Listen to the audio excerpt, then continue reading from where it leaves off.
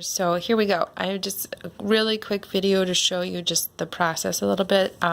It's very similar to the video I sent you before from another community. But so I will have some images available if students want to just copy something, but they're also welcome to just draw something that they would like on their own. And so they could do that on blank paper with pencil or pen, and then put it onto their piece. So every student will get a foam piece with a piece of copper, hold it like that, already on it. So this is the embossing foil, and it has a copper color to it.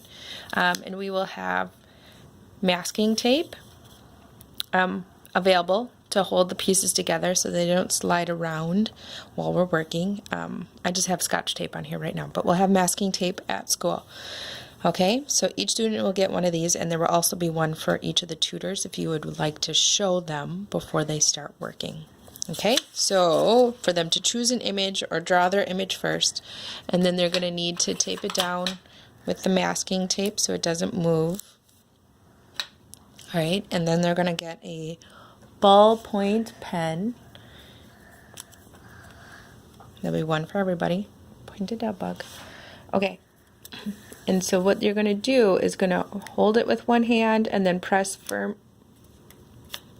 firmly with the other hand and trace their image they want, pushing down and follow that around.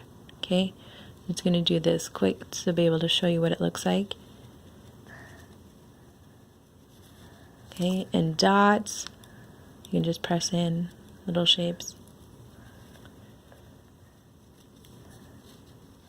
Okay, so there's just a quick flower, and then we're going to take that off, and you can see how that it has relief to it, right? That the surface has changed, it's gone down. So, hush. Okay, so we've got this. This is just very basic. They can spend more time doing it, fill up the space, tracing an image, or using their own drawing. You can also just draw directly on this. So you could do that too. And the pen marks doesn't matter. Clara, please hold it down so that they can see what I'm doing.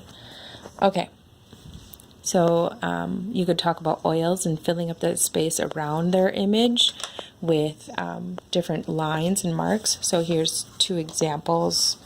So I did a border, you know, just straight lines and dots there, filling up some of the space with spiral and a ginkgo leaf shape. They can also draw right on it with writing too.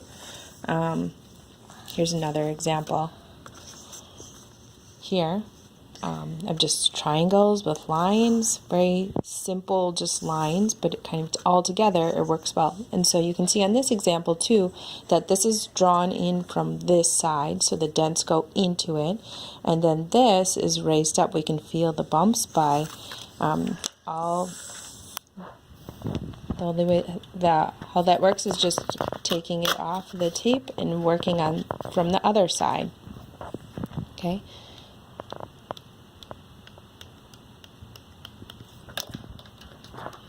And then that raises it up. Okay, so then what we're going to do is we have, when they're all done with drawing into it, then you can simply, there'll be the little sponge brushes with paint with just black.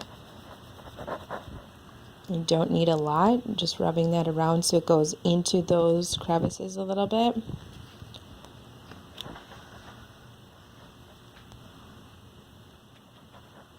Okay, and then I've got a stiff pen wrapped in paper towel so we can just wipe it so that it stays in there, so we won't have to let it dry before we work on it like it is outlined in the other book. Now the deeper that these are pressed down, the more they will hold paint better too. So you can go back over it, add more paint if they want, and try it again. All right? But that is simply it. So then it'll just be tape it back onto that foam,